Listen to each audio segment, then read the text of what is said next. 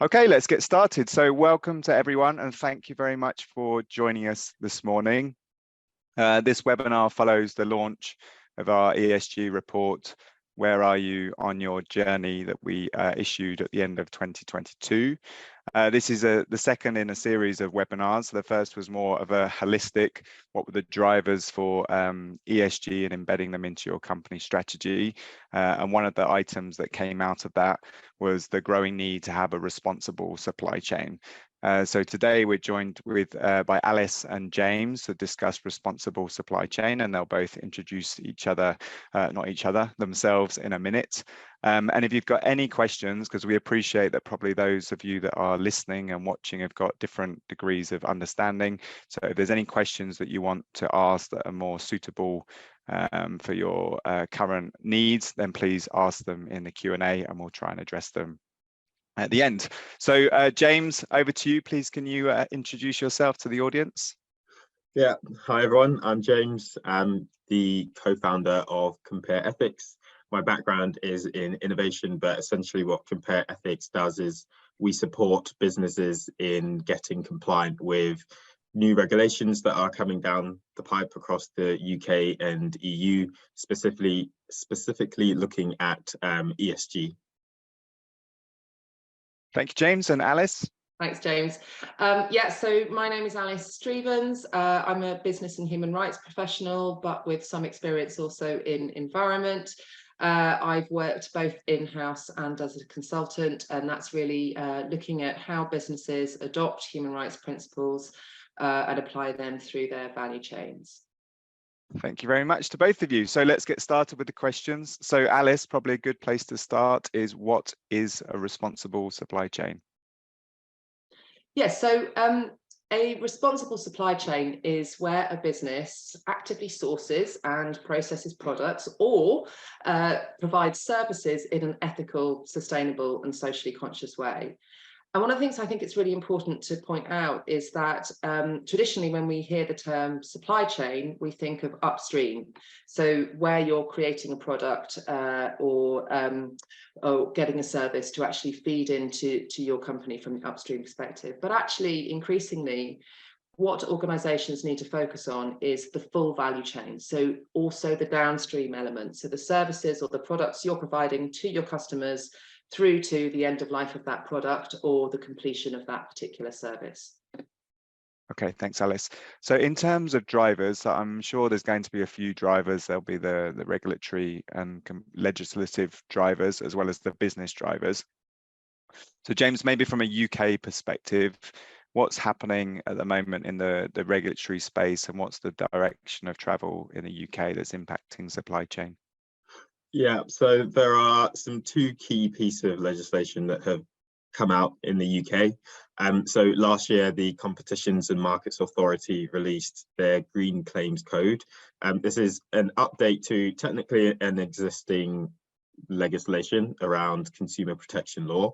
But what it's essentially doing, it's trying to protect consumers from what is called greenwashing, or when companies say that their products are more responsible, sustainable than they are. So that has come in, as I mentioned, in 2022, at the end of 2022, and from this year they're looking to now enforce that.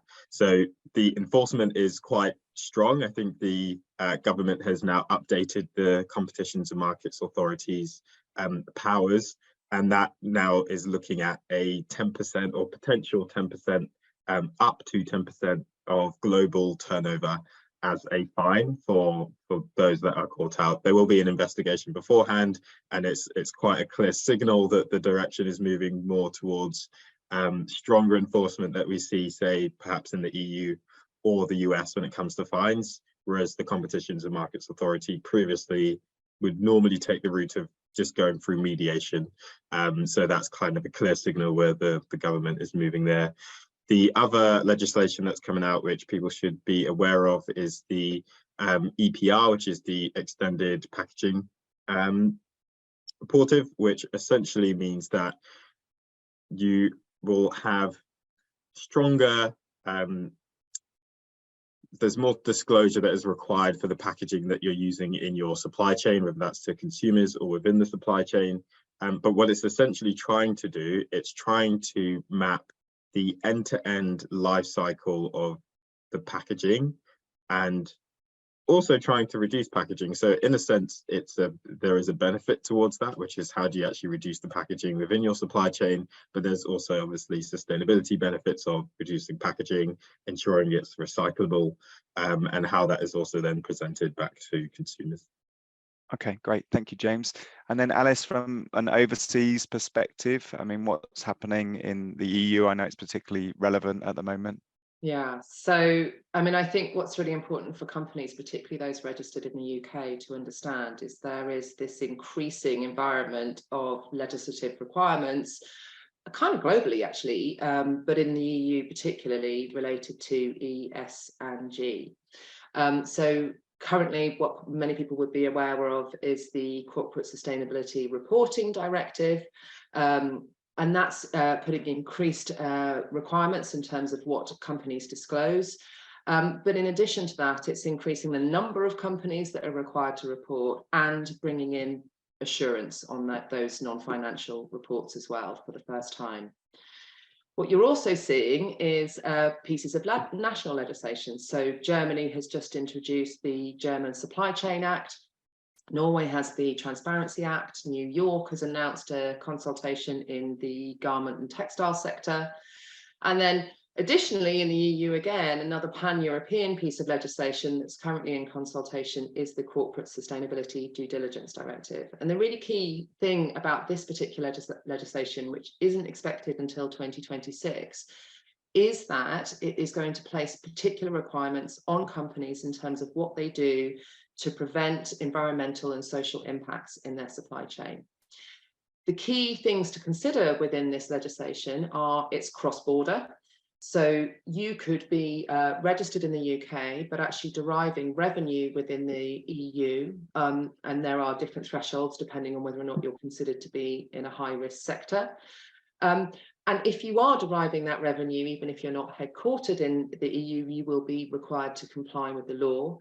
But in addition, you could form part of the value chain of somebody else who does have to comply with that law. So you may not meet the threshold, but you do need to support that customer or that client in achieving the CSDD regulation. So you will be able to respond to and evidence the information that that organisation would need in order to comply.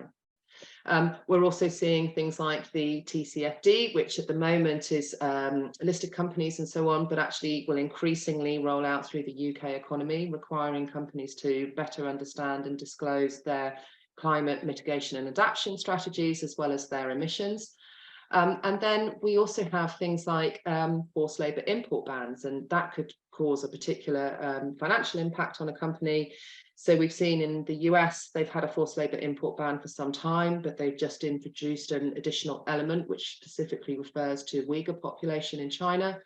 And also we are expecting in the UK some additional elements or an update to the Modern Slavery Act, which will increase the scope and the requirements of that act on companies.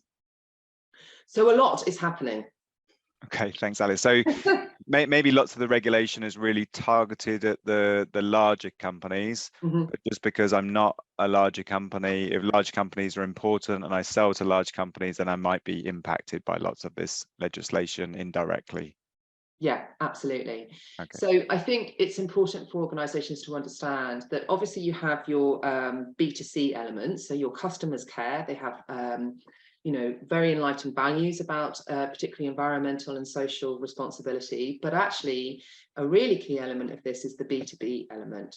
So you will be selling products to your clients, to your customers from a business perspective, and those larger clients as part of your value chain are going to require you to give them information on how you comply with the legislation that they need to comply with. So many of you will start to see increased numbers of supplier of questionnaires coming through from your value chain, and that may cover things like emissions info, how are your audit reports being applied, what grievance mechanisms are in place across your value chain, What does diversity inclusion look like? And so it goes on. And the key point is as well, is not only are you going to need to be able to answer those questions, you're also going to need to be able to provide evidence. Okay, so if I'm a business leader listening to this, and apart from being slightly overwhelmed by the minefield that's out there, how do I operationalize this? Like, how do I embed these needs into my business? Is there a best practice for doing that? Maybe we'll start with Alice from a broader point of view, and then James from the data perspective, because I'm sure data is quite key. Yeah, absolutely. So I think firstly is ensuring that there is a strong board level understanding of what's required. And that includes the board understanding how the value chain operates in terms of a responsibility point of view. So not just in terms of how you create financial value, but if you're applying environmental, social and governance principles to the supply chain, how does that value chain operate? Once you have an understanding of that, what you can then do is look at known risks, right? There's so much information already existing in terms of risks on different types of topics, whether environmental or social. And actually, once you have a better understanding of your value chain, you can start to apply those risks to the value chain and then start to prioritize. And interestingly, the UN Guiding Principles on Business and Human Rights makes specific allocation for that prioritization of particular impacts, so that organizations can actually take action in a way that enables them to continue to operate. And also, I think it's a recognition that you can't do everything.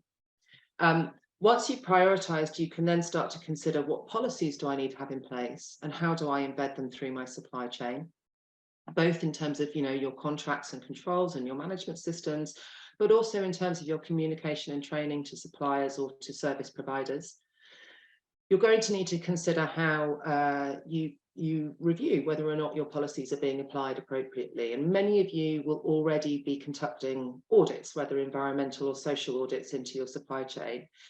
The key point I would suggest is that you also need to consider how you move beyond audit. So how do you understand what's happening, not just on the day of that audit, but halfway through the year or 4 days later, whatever it may be. And that can be all about having collaboration, both into your supply chain and with your suppliers.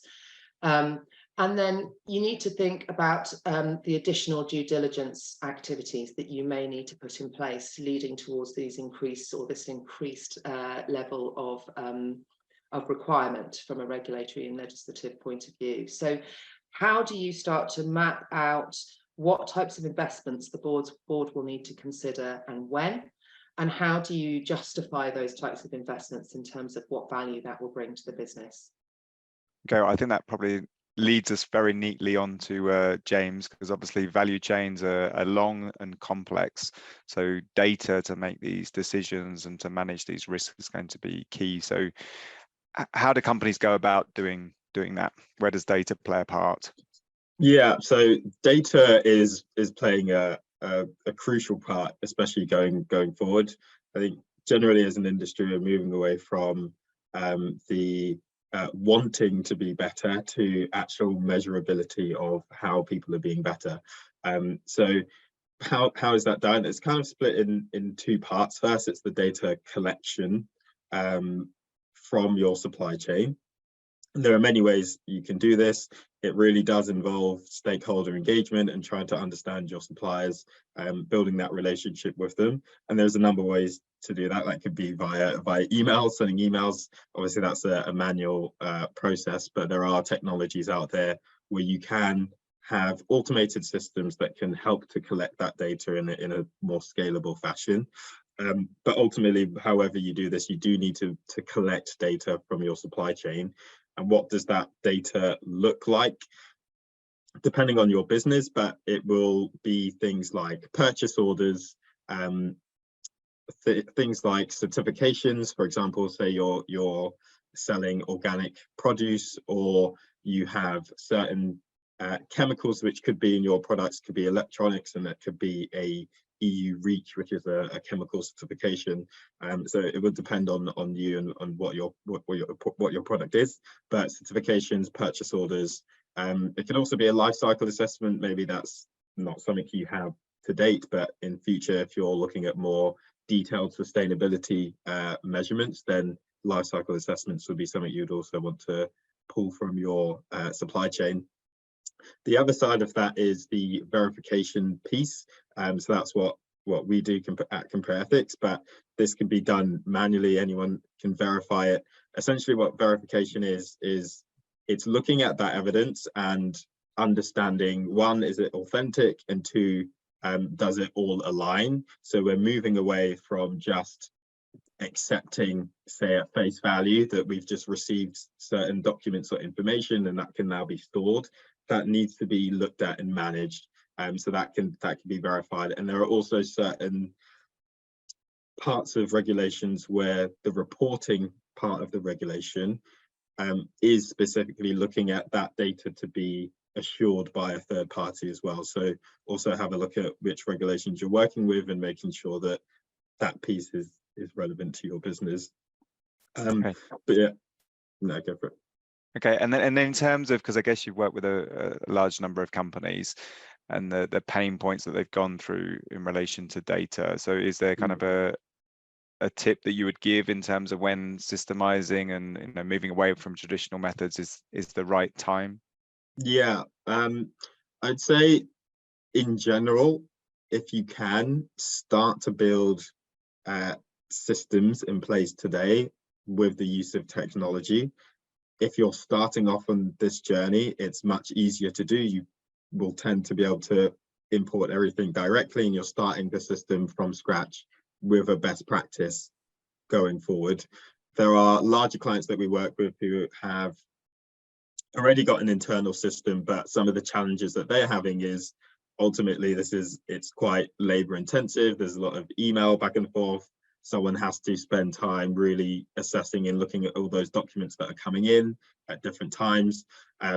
So for the larger clients, it's around optimizing a process that they're currently doing, but it's currently very laborsome.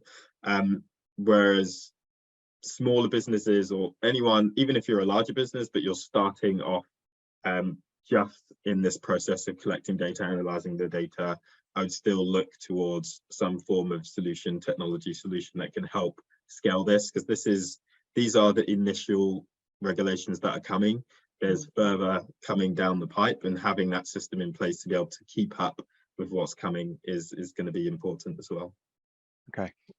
And when it comes to communicating to stakeholders, either because I have to communicate to them or I want to communicate to them as a responsible business, but I don't really feel 100% confident that I've got the correct data from my supply chain, or there's gaps.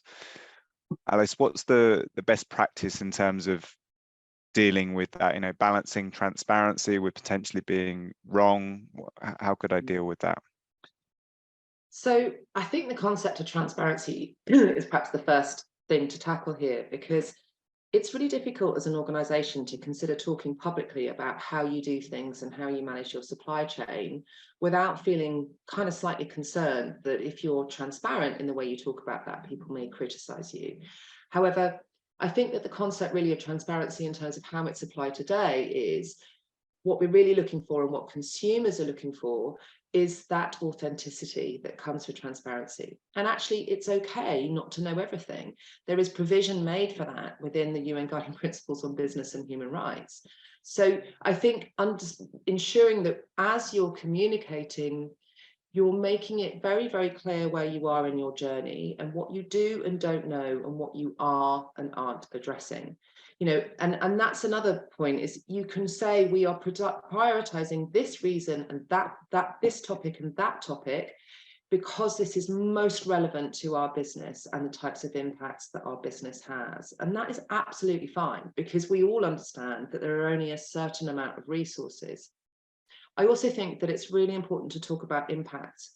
There are so many sustainability reports out there that really only talk about the shiny stuff. So they talk about, we are going to do this. This is what our roadmap looks like. This is what we've achieved this year.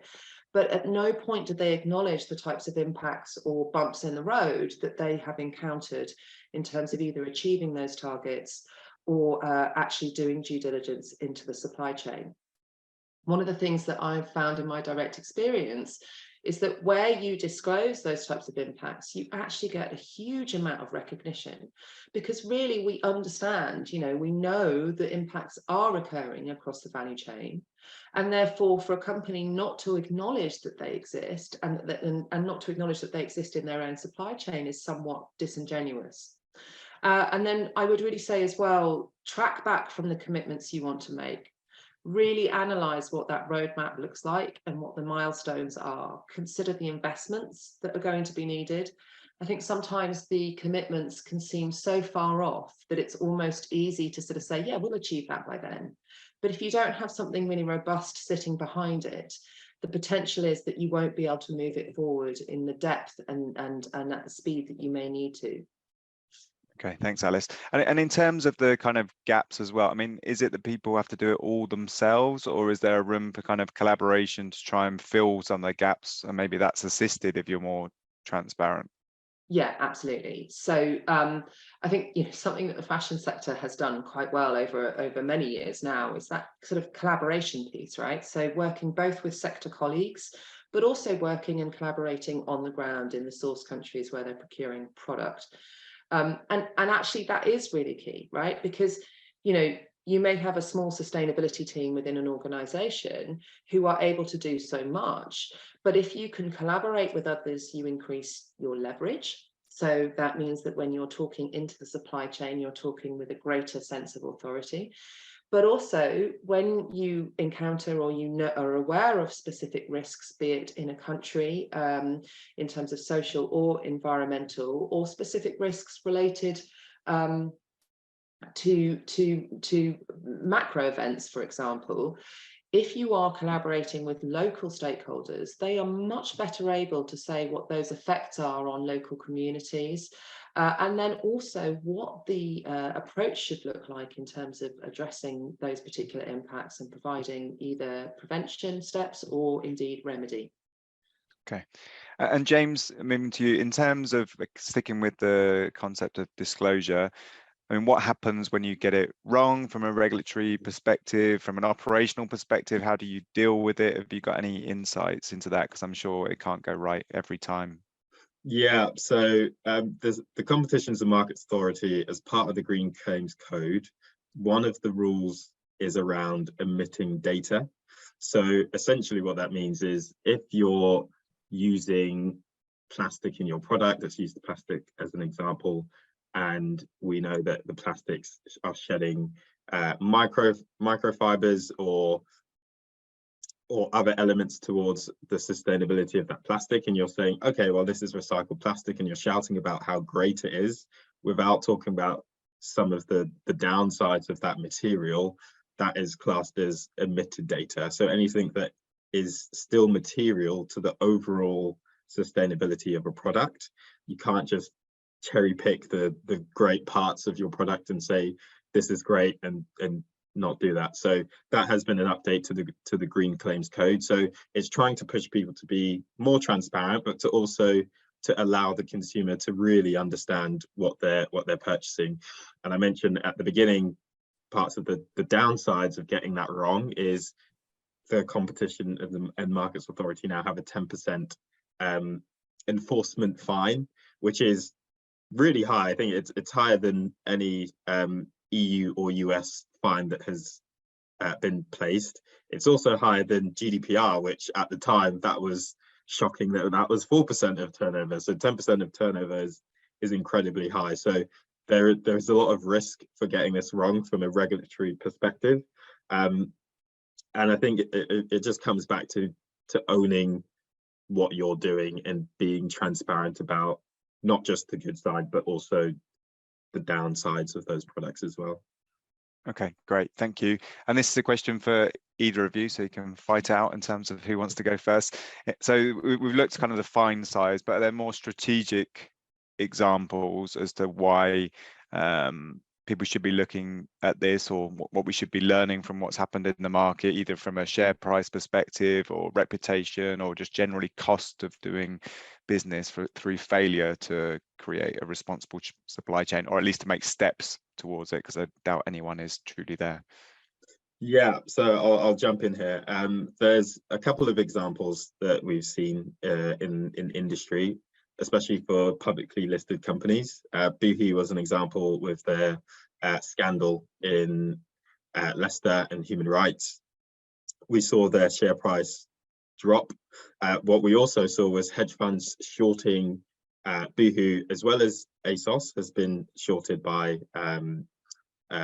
shorting hedge funds as well, on the basis that the Competitions and Markets Authority is going to find more bad stuff and the share price is going to go down. So there's direct impact on the market cap itself. I think there's also been some studies that showed after ESG, or environmental, social and governance controversies that have come out in the public, there's an average, a 12% drop in the market cap of that business over a 2-year period. So clearly a direct impact on the business and its ability to raise further capital. I think one of Boohoo's second largest shareholders dropped their shareholding by half. So again, you can see this direct correlation between capital and access to capital with having a good reputation around ESG. The other side of that is consumers. Consumers are increasingly demanding better products. And we've seen lots of studies from McKinsey to Deloitte all saying the same thing, especially towards actual money is now being moved towards more sustainable products. There's also risks on the brand reputational side. So part of brand reputation is around being able to hire. We all know talent is, the essential piece of running a business. And there's been some studies that have shown that to hire, when you have a bad reputation, on average, it costs around $4,200 per employee that you're trying to hire. So very direct impacts and risks to your business and to your ability to do business in the future. Okay, thanks, James. Anything to add, Alice? Yeah, I mean, I would really echo what James is saying, and I think, it's interesting that we're beginning to see this sort of connection between what's happening in the value chain and how you're talking about it publicly and the potential impact on your organisation as a result of that. I just wanted to bring up a couple of further cases just because I think they're really interesting. So in the UK over the last summer, many of you will have read about migrant workers coming to the UK from Southeast Asia and being in situations of debt bondage in terms of supporting the harvest in the UK. And this is the type of impact that's beginning to emerge in UK, where perhaps in this type of example of modern slavery, organisations feel like, well, that doesn't happen in the UK. It's unlikely to happen to me in my business model. Well, actually, particularly since COVID and post-Brexit, given the labour shortage, it's probably a much more heightened risk now. There's another example of a group of Burmese workers bringing action against Tesco in the UK for exploitation whilst they were working in a Thailand factory. Now, obviously, this is both a legal cost to Tesco, but also the reputational and the time it takes to investigate. Now, it's not to say that this type of thing may not happen to an organisation, but making sure that you've got the system, the ecosystem set up in order to be able to have a robust response to these types of issues, but also to be able to acknowledge if they have occurred and that you will, in fact, actually take the right steps towards remedy is really, really, really key. And then another one, which is a kind of direct financial impact, and this is for a very large business, but recently the Chilean government turned down a $2.5 billion mine in the south of the country because they did not believe that the organisation had appropriately considered the impacts to the local community and environment. And so what that means is that, this huge investment and time it would have taken for that organisation to develop the plans and necessary permits and so on and so forth has not been sufficient because they haven't taken enough action to consider what their impacts would look like, how they would mitigate those in terms of their operations. Okay, before because I've seen there's at least one question in the chat, so we'll move to that in a minute. But if I can play back my very basic summary and then the two of you can fill in the gaps. So if I'm kind of again, appreciate people at different stages of their journey, but in terms of I'm doing a checklist and I'm a mid-market company and I'm really trying to take this seriously, then in terms of where I start out, it's about mapping my supply chain. I've written down, engaging with the suppliers, seeking verification on effectively what I'm getting back, and there's plenty of tools and systems that will help me to do that. Reporting transparently and identifying where those gaps might be, maybe using collaboration to help fill those gaps. So what am I missing in terms of, James, what else should I be considering? And then the same question to Alice, please. Yeah, so I think one of the first things to also consider there is around understanding the compliance requirements that are specific to your business. There are a number, as we've just seen, coming in from the UK. If you're doing business in the EU or you have partners doing business in the EU, that's going to affect them, which will affect you, and the US, among others in other jurisdictions as well. So I think the first step is mapping what's actually going to be relevant to your business, because not all of them will be. Some are for larger businesses, some affect all businesses, and that will be a good starting point for you to understand what you need to prioritize and how you need to move, and how fast you need to move, because some of them are staged over a number of years and some have already come into effect. The other side is around also understanding this is a difficult thing to do. There's a lot of businesses we are talking to who are all in the same boat. There are a lot of regulations coming in thick and fast, and trying to get your head around all of this is difficult. So if you don't have specific expertise in certain areas, do seek experts who are specialists in this area and who can provide also assurances on the work that they're doing with you as well. I mean, there is a question on that before you answer, Alice. So the question came in, is there any resource we can use to follow new legislation introduced or coming into force internationally that may impact our business/sector, e.g. fashion? Right now, it all feels quite fragmented and hard to follow.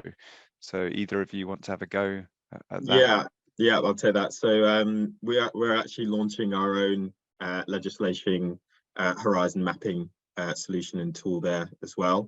So reach out to myself. I think my email will be popped in, or I can pop my email into the chat, and we're happy to have a conversation about compliance gaps. I think to build on that though as well, there's also the need, to consider, like I think the question came from somebody potentially within the fashion sector. So you're in the fashion sector, well, what does that mean in terms of where you're operating? What does your revenue look like? And there are all sorts of different questions that you need to be able to answer in order then for an appropriate level of response to be given to you. So I think it is, as James is saying, it's about, that expert understanding, because, you could go to a resource where all of these different pieces of legislation are listed, but actually, is that all fit for purpose for your business? Is it all what your business needs to respond to? Or is there a way of consolidating that and then being able to prioritize how you respond? And I think, the other thing with it is, if we take the UN Guiding Principles on Business and Human Rights as well, actually, if you are applying those concepts within your organization, certainly in terms of the social impacts in your supply chain, you will probably find that you are reasonably well protected already, because actually it's the CSDD, for example, is translating the non-binding structure of the UNGPs into binding legislation.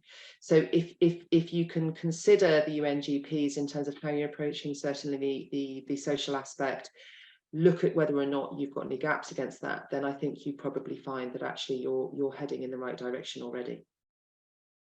And to an extent, the same could be said for TCFD, because TCFD forms the basis of the new European standards, at least in terms of framework, the SEC climate disclosures, and the new IFRS S2. So, I mean, that's the good thing. Although it seems very complicated, we are converging in areas, and actually, if you take a step back, there is an underlying foundation to all of them, albeit there might be some differences.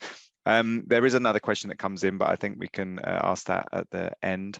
So in terms of for for you, Alice, that mapping in terms of the approach, what else do you think needs to be added to that in terms of how do people prioritize when they're tackling this?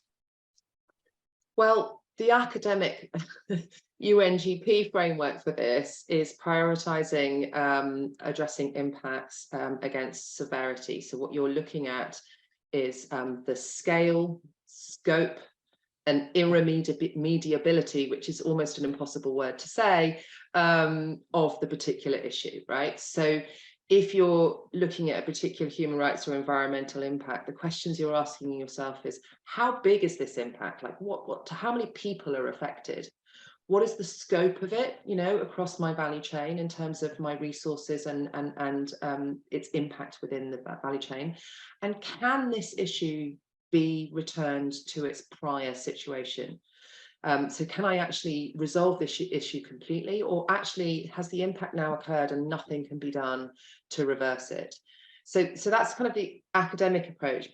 And what you really want to be doing is thinking about, okay, well, if I take myself out of that sort of academic approach and I have a suite of, say, I don't know, 5 particular impacts. So emissions, because we all want to drive down carbon emissions, wages and working hours, which you can actually kind of think of as a combined thing. They're sort of interrelated. So, you know, if you take those two actually just as an example, and you say, okay, well, actually, these feel like a priority because in many respects, they're keys to unlocking future capital, but also they're keys to ensuring that there are improved standards in the supply chain. So what you can then do is you can prioritize your approach to these particular areas, and you can consider what are the enabling things that will help to drive these down. So for emissions, for instance, it might be working with your suppliers to help them transition to green energy, for example. On wages and working hours, it might be actually have my factories got access to freedom of association and collective bargaining.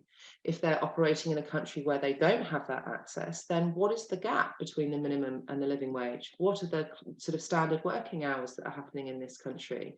And really starting to get into the understanding of the problem, but then also thinking about, okay, well, what are the levers of change that are going to enable me to address this particular impact? Okay, thank you very much both. That's it for the questions from me. There's at least one from the audience still to address. So if anyone else in the audience has got a question, do feel free to post it now. So the question that we've not addressed that's come in, and I don't know whether either of you is going to be able to answer it, but I'll ask it anyway, and if not, we'll come back to the person and someone from our sustainable finance team can answer. So the question is, could you give some examples of good automated systems for tracking supply chain data, for example, tools being used in the banking sector?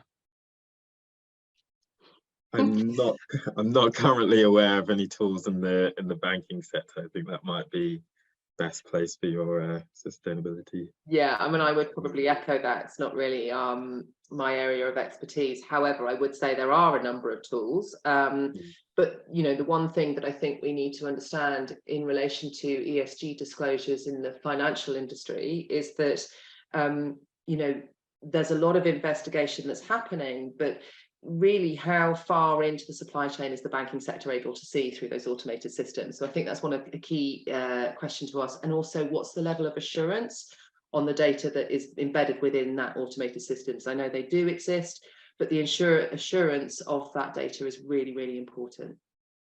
Okay, thanks, Alice. So we'll contact the person that asked that question with our sustainable finance team. Okay, I don't think there's any other questions. So just to wrap up, so it was mentioned at the beginning, so we did launch our ESG report at the end of 2022. So there's a QR code, which I think Leona will show if you want to download that. I mean, linked to the other question earlier as well. I mean, we've got a whole suite of reports and insights and webinars on CSRD, etc., on the Mazar website. So there is quite a lot there. If you can't find what you're looking for, then either reach out to us or reach out to James. There's all of the email addresses there for Alice, myself, and James. So hopefully there's been something of use to you that will move you somewhat along on your journey or help you frame the business case for moving further along. The next session that we've got is going to be on finance and driving a sustainable agenda through finance. So that's going to be in early March. We're yet to set a date, but those of you that have attended today will receive an invitation. So thank you very much and wish you all a good day. And thank you so much, James and Alice, for spending your morning with us. Much appreciated. Thank you, everybody. Thank you. Thank you. Goodbye.